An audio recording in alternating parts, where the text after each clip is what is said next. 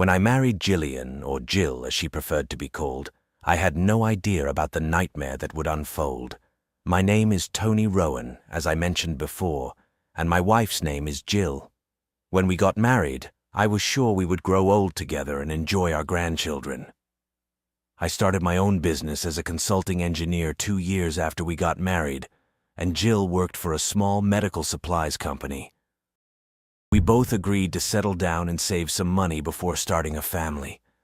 For 8 years we were happy, and our intimate life was great. I honestly thought I had married the perfect woman. I bought a small cottage on a quiet lane. It needed a lot of interior work, but structurally it was sound. Our nearest neighbor was 200 yards away, and there were only 6 other houses on the lane. It took almost a year, and the house was finally finished, most of the work done by ourselves. I had to hire workers for some plumbing and electrical tasks. I was glad the work was done, and Jill and I often talked about how perfect it would be when we finally had children. Everything went wrong just before our 9th anniversary. Jill often became very sharp with me, adding to the fact that our intimate life was almost dead, and her attitude started to annoy me. Jill began going out several evenings a week with the girls from work, or so she said. Wherever they went, it must have been good because she never came home before midnight. I started to think the worst, but reasoned that she would never cheat on me, though I had no idea how wrong I was. I had a childhood friend whom I turned to for advice. Barry Patton and I had been friends since we met in the 1st grade. When my company expanded and I needed an executive director, I turned to Barry because he was someone I could trust. Barry knew Jill and initially couldn't believe what I was telling him, but after hearing the details, he changed his mind. All the signs are there, Tony. If you want my opinion, I think Jill is cheating on you. Sorry to break the bad news, but I'd bet my career on it. When Barry said that, I knew he wasn't joking. I thanked him and went back to my office. I sat at my desk pondering how to handle the situation. If Jill was cheating, then it was over. Our marriage was done. The bad part was that she would get half of everything I owned. I searched for a private investigator and found one who could meet me later that day. When I explained my concerns to Joe Ames, the private detective, he assured me that if Jill was cheating, he would get the evidence I needed. I left his office feeling a bit better. Deep down, I hoped and prayed that I was wasting my money on his services. The next day, I met with a technician at the cottage so he could install several hidden cameras. He also hooked up a voice recorder to the phone line. I didn't think it would reveal much. Jill wasn't stupid enough to use the home phone if she was cheating. A week later, I contacted Joe, and the news was revolting. It's all in the report, and the DVD is very explicit. If I were you, I wouldn't watch it. Knowing is one thing, but seeing it is a whole different game. Thanking Joe for the advice, I paid his final fee and left with the report and DVD. Back in my office, I didn't heed Joe's advice and watched the DVD. The report showed that her so-called outings with the girls were a cover for fooling around with some jerk she worked with. They took several long lunches and half-days off to go and do it at a motel a few miles away. The report also mentioned that they went to his place a few times.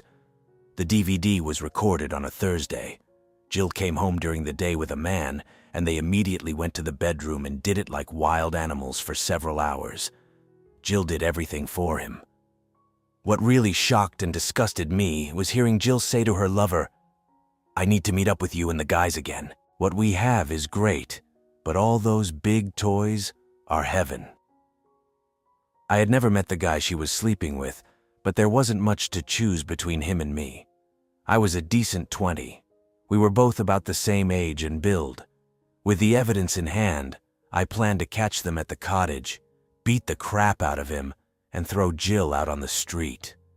The next Thursday, I left work early and drove past our place, and sure enough, Jill's car and another one I didn't recognize were parked in the driveway. I parked on the street and headed to my house. As soon as I walked in, I could hear them upstairs having a wild romp. I burst into the bedroom and yelled at the jerk to get out of my house. That turned out to be a bad move because this was a different jerk. The guy was well over 6 feet tall and must have weighed 100 pounds more than me. I saw him coming toward me and then everything went black. When I came to, I was tied to a chair with a gag in my mouth. Jill was on the bed with 3 guys screaming. Eventually, one of them noticed I was awake. "Hey, look," the little weakling woke up. They all laughed. I watched as Jill disentangled herself from the mass of bodies on the bed and walked over to where I was sitting. The woman I married stood there, smiling, her face flushed. She pulled the gag from my mouth. "Why, Jill? Why do this to us?" "I realized being married to you was boring. I want to have fun, and all you care about is kids and a wife at home looking after you. Well, that's not happening. You thought you could barge in and ruin my fun, didn't you?" Jill stared at me with a twisted smile on her face. "As you can see, I have 3 real men here satisfying me, so I don't need you anymore. Now that we're done, my friends are going to take you somewhere. I hope you like it." I didn't recognize the woman standing in front of me. This was not my wife. Jill wouldn't do this to me, right? One of the guys came over and hit me hard in the face, and the lights went out again. When I stirred, it was dark, and it took me a few seconds to get my bearings. I knew I was lying on my side with my wrists and ankles bound, and there was a hood over my head. The movement told me I was in a vehicle, and judging by the cold metal floor, I guessed it was some kind of van. Looks like he's waking up again. Good. That saves us from having to drag him. We're almost there. I was jostled around as the vehicle drove over bumpy roads or dirt tracks. My head hurt from the earlier blow, and I was relieved when the vehicle finally stopped. Little did I know, it would have been better if they kept driving. Untie his legs. At least he can walk the last few steps. The last few steps. It suddenly hit me that they were about to kill me. Or so I thought. I was led over rough ground, nearly tripping several times. "Get up. I'm not carrying you. Now move, you motherfucker." The voice instructed me as a hand smacked the back of my head. I silently prayed that whatever they were about to do would be quick, and if this was my fate, to end it soon. I stood waiting to hear the click of a gun being cocked, the hood over my head preventing me from seeing anything. Suddenly they started kicking and punching me, and I fell to the ground. The blows kept coming until my battered body lay still. I knew I was still alive, barely, but alive. I felt someone's hand touch my neck, fingers gently moving around. No pulse. Should we bury him or leave him here? Screw it, leave him here. There's no one around for miles, and if his body's ever found, there won't be much left of him anyway. If the guy checking me knew what he was doing, he would have found my pulse. But where his fingers touched my neck, he didn't stand a chance. I heard my attackers laughing as they walked away. I lay still, thinking it was for several hours, but it was probably only 10 minutes or so. I didn't move until I heard the distant sound of their car driving away. As I lay there, I wondered what had made Jill hate me so much. What had turned her into someone who loved those big toys? I had always treated her right. I remembered her comment about my small size.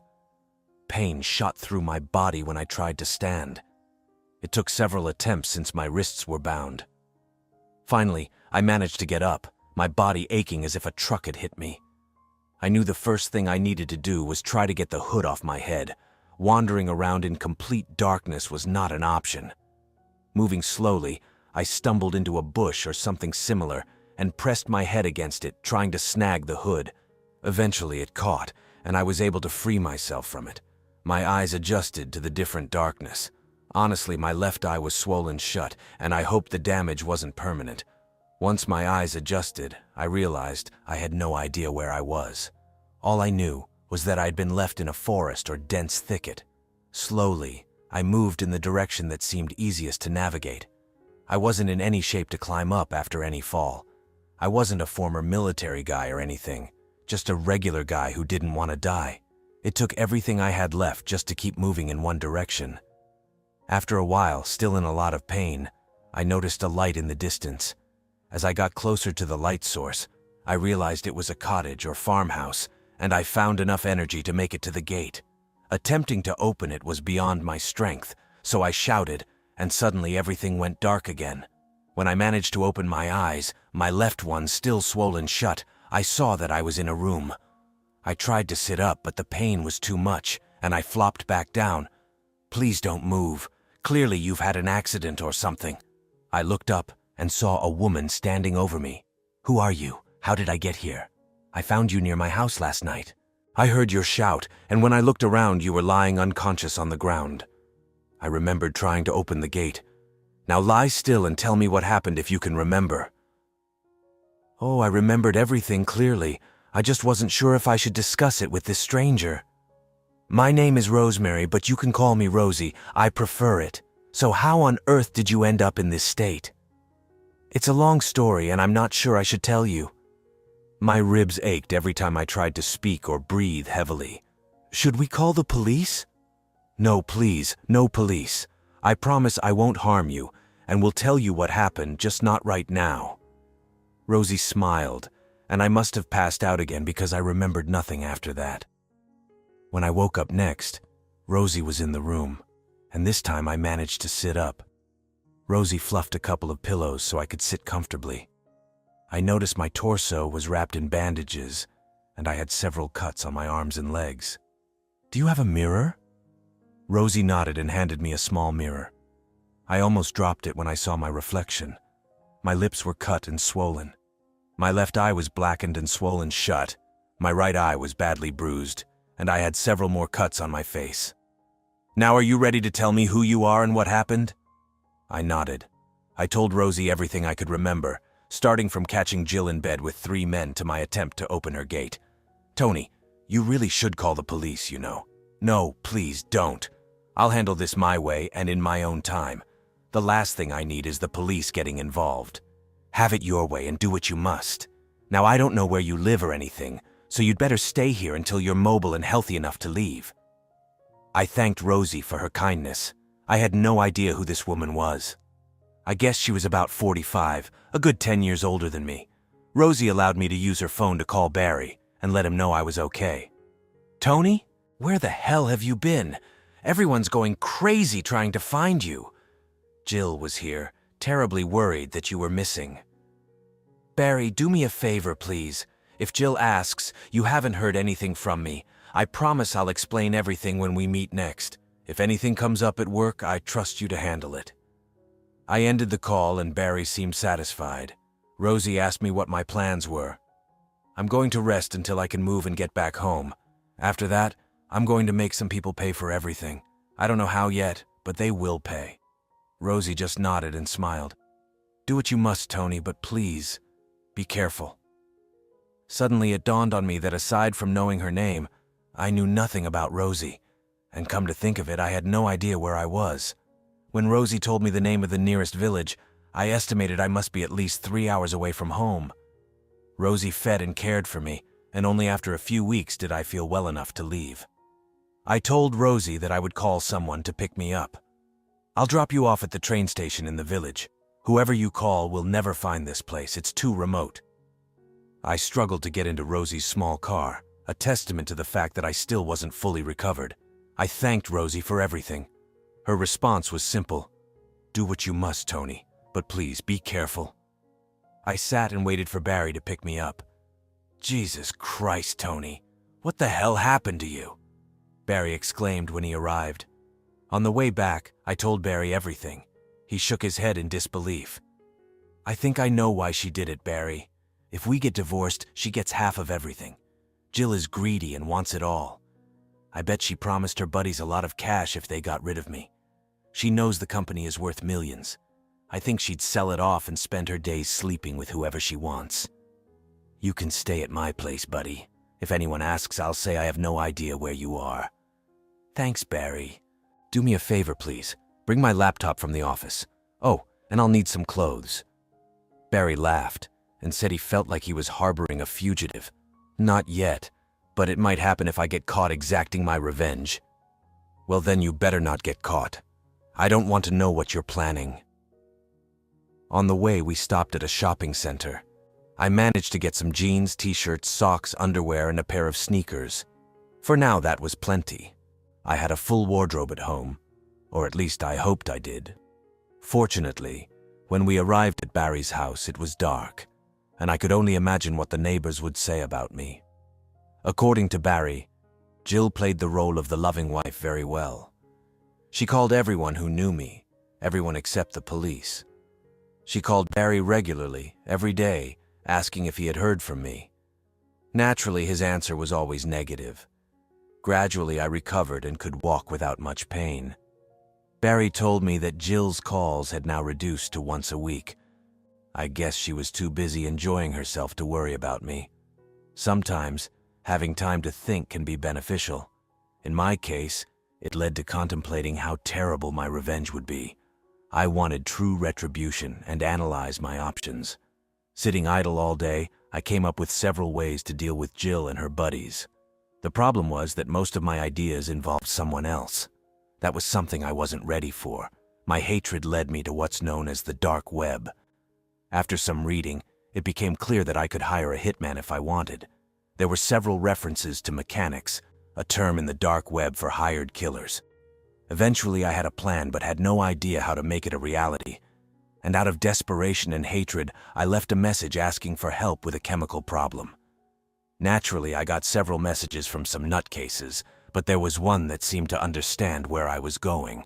I replied to his message. After a few more exchanges, I was convinced the guy was genuine. He seemed satisfied that I wasn't law enforcement. He sent me a program to install, which encrypted our messages. After logging out and closing the VPN software, I searched the internet for what he advised me to acquire, as I needed specific brand names. It took a bit longer than expected. Once I had everything I needed, I realized that for this to work, I had to know when Jill and her lovers would be in the house. Returning to the internet, I bought some listening devices, bugs. Most evenings, Barry and I sat and talked. He never asked what I was planning, and I never told him. Business was doing well, and the company had attracted several new clients. I assured Barry that I'd likely return to the office in a week or two. When the bugs arrived, I went back to the house. Jill's car was in the driveway.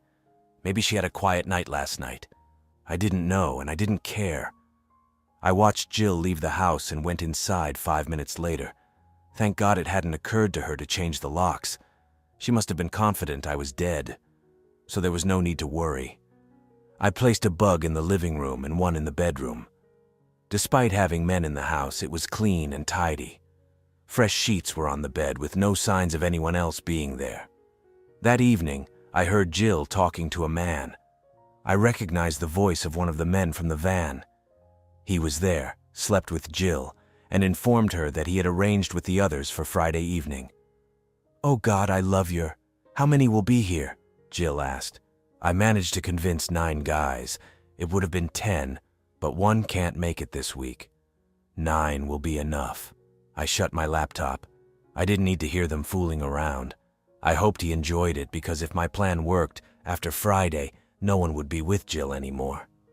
On Friday evening, I sat in the bushes across from our house, waiting for the start of the fuckfest. Finally, Jill arrived home, accompanied by several other cars following her. I gave them 30 minutes, reasoning that it was enough time for them to get started, then slowly made my way to the back door. I heard the noise upstairs. Jill was screaming, and everyone else was cheering her on. I quietly made my way upstairs, pausing to ensure everyone was in the bedroom. I poured the first liquid on the carpet, leaving a trail back to the kitchen, then repeated the process with the second liquid. The person who explained this to me was right about one thing. When mixed together, the smell was barely noticeable. He warned me that the more I used, the stronger the final result. Returning to the kitchen, I faced the tricky part. If I messed this up, we'd all be going to hell. The third liquid was essentially the trigger. Once it mixed with the others and reacted, all hell would break loose. I poured the liquid into a puddle near the other 2. I figured it would take a few minutes for them to meet. Slowly and silently, I exited through the door, quietly closing it behind me. I sprinted down the path to where I had parked the rental car. As I drove away, I saw a powerful, bright flash in the rearview mirror. I didn't stop. I just kept driving until I reached Barry's house. Luckily, Barry had a date and wasn't home when I arrived. I took a shower and went to bed. The next morning, I drove to the house. I acted like I wanted to let Jill know I was alive despite her friend's efforts. Another part of the act was to gather my clothes and some personal belongings, although I knew they were all burned. When I turned into the lane, I was stopped by a police officer. "Sorry, sir, you can't go any further." "But I live here, just down the road at Laurel Cottage." "Park your car and wait here, please." The officer walked to the cottage. A few moments later, he returned with a man in a suit. "Mr. Rowan, I'm Detective Inspector Hobson. Do you mind if I ask where you were last night?" "I was home. Well, actually, I'm staying with a friend. My wife and I are separated." "How long have you been staying with this friend?" "A couple of months. I just came to collect the last of my clothes and personal items." "Unfortunately, there was a fire at the cottage last night. Can I take a look? I mean, after all, it's my house, or at least it was." We walked down the path together, with the detective asking me more questions. Did I store any flammable materials at home? No, not at all. There was a small gasoline can in the shed that I used to fuel my lawnmower. The cottage was a complete wreck. One end of the wall had collapsed, the roof had sagged at an awkward angle. As you can see, sir, the fire destroyed the building. No one is allowed inside except firefighters and rescue workers. They are currently retrieving the bodies. Did your wife have friends over last night? I have no idea. As I said, we're separated, and I don't know what she was doing last night. You said they're retrieving bodies. How many are there? So far, 10. They believe that's all of them, but are making sure. I stood there looking shocked, as anyone in my position would. I thanked the detective and walked back to my car. When I was a few miles away, I called Barry. I explained the situation, and Barry assured me he would confirm we were home all night. Naturally, I was questioned about the fire. I told the police that Jill and I were separated and that I was staying with Barry until things were sorted out. The fire investigation concluded after 2 months, and it was ruled an accident, likely caused by a faulty gas appliance. The coroner recorded accidental death verdicts for those who died in the fire, 1 woman and 9 men. In my statement, I suggested Jill was probably having a party with some colleagues from work, as we were separated and I had no better explanation. I attended Jill's funeral more for appearance's sake than anything else, and as the coffin was lowered into the ground, I threw in a handful of dirt and a single rose. Attached to the stem of the rose was a card. I had written on it, "Burn in hell, bitch." Most of the attendees probably thought it was a personal gesture of love. Yeah, right, as if it could be that. Jill's mother did ask me why I wasn't home that night and what Jill was doing in the house with 9 men. We were separated, waiting for a divorce. As for why she had 9 men in the house, you figure it out. I turned and walked away.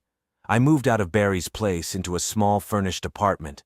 The only significant loss was having to replace my entire wardrobe. Eventually, the insurance company paid out for the house, and I sold the plot to a developer, as I had no desire to rebuild. The media speculated about why there were 9 men and 1 woman in the house that night. I didn't comment and let people draw their own conclusions. As for the 9 men, I didn't know any of them, and paid no attention to the newspaper reports about their funerals. I tried to return to thank Rosie for saving me. Unfortunately, I couldn't find the cottage, despite asking some locals where it was located. Barry never asked me about the fire. He did suggest setting me up on a date if I was interested. Right now, I just want to continue with my life, especially since there is a woman who lives in the same apartment building as I do. We haven't had a proper conversation yet, aside from exchanging greetings. If we do start dating and things become serious, a prenuptial agreement will be signed before I get married again. I had a lot of time to reflect on everything that had happened. Sometimes, late at night, the events would replay in my mind, making it difficult to sleep. Therapy helped, but the memories were still there, lurking in the shadows. Moving forward wasn't easy, but it was necessary. Barry, always the supportive friend, continued to encourage me. He suggested various hobbies and activities to keep my mind occupied. I took up running, which surprisingly helped clear my head. The physical exertion was a welcome distraction from the chaos of my thoughts. The woman in my apartment building, her name is Laura, began to show more interest in me. We started with casual conversations in the hallway, which eventually led to coffee dates.